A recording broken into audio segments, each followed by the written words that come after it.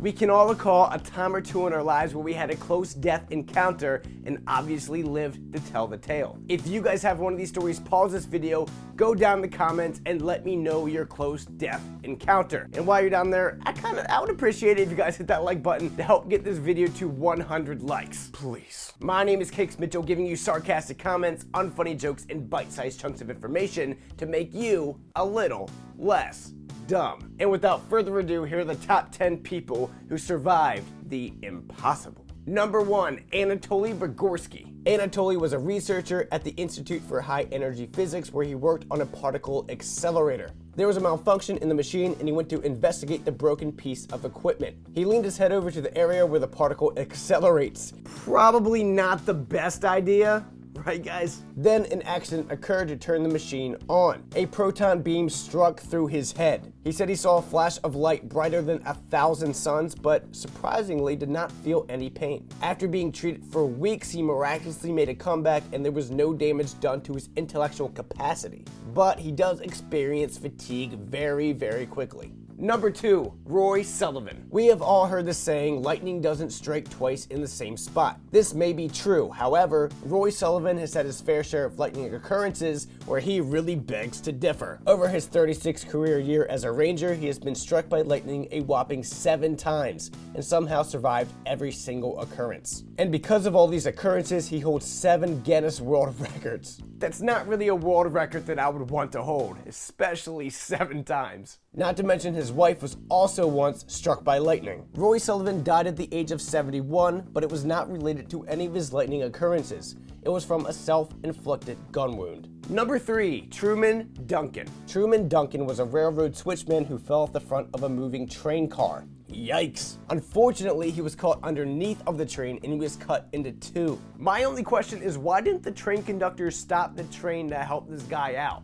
that he presumably murdered? He lost a kidney in both of his legs, but miraculously survived. After being cut in half, he had to call the paramedics himself on his cell phone, then wait 45 minutes before taking to the hospital, and then went through 23 surgeries over his lifetime. Number 4, Harrison O'Keefe. Harrison was a ship cook that went to the bathroom in one of the most unbelievable times of his life. Something happened that he will never forget. The ship encountered severe waves off the coast of Nigeria that was too much for the boat to handle. The ship immediately sank and killed everyone on board except for one crew member, Harrison. He was caught underneath the boat for 3 days at the bottom of the sea in a pocket of air that was slowly diminishing. Then after the 3 days, the rescuers finally came and they were surprised to see that Harrison was alive and well. Number 5, Peter Skylberg. Being stuck in one place is horrifying the most. Personally, I can't stand the thought of being stuck inside an elevator. But I think Peter definitely had it worse. He was stuck inside of his car for 2 months, with temperatures falling as low as 22 degrees Fahrenheit. But what makes it even crazier is that Peter did not have any food or water and yet still somehow survived. He consumed the only source of food and liquid that he could find, which was snow. Finally, after 2 months, he was rescued by 2 people on snowmobiles in February of 2012. The best explanation that science can offer is that the car created an igloo effect and his body went into a hibernation-like state throughout the entire process. Number 6 is Matthew Allen. 18-year-old Matthew Allen ran away from home in December of 2012. He did not bring his phone or even a change of clothes. He told nobody where he was going or even why he was leaving. He ventured into the Australian outback and never looked back. That's not even a joke. His family and friends searched for him for 9 weeks with no success. It wasn't until some hikers found him in the outback. They said they found him weak, covered in mosquito bites and leeches. And even gangrene started to eat his feet and his lower legs. And by nobody's surprise, he was unable to walk. He was believed to have survived without any abundance of food, water, shelter, and to top it all off, it was a record-breaking heat wave in Australia. It's truly a mystery to how Matthew survived. Number 7 is Robert Evans. Surviving one life-threatening incident is lucky enough, but Robert Evans somehow survived 2.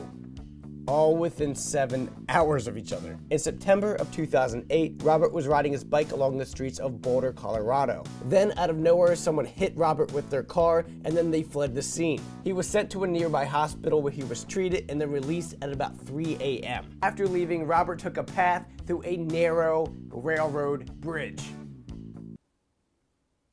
You can see where this is going. This is where it all went down. The oncoming train then knocked him off the bridge where he sustained more injuries. He was then sent back to the hospital for treatment again and lived to tell the tale. Number 8 is Aaron Ralston.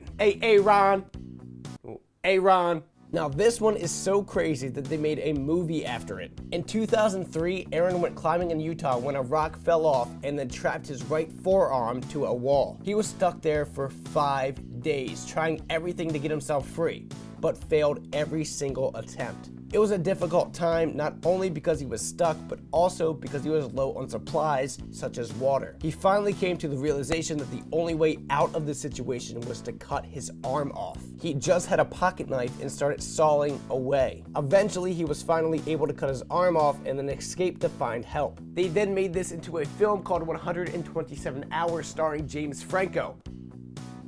Good movie. Number 9 is an unknown British man.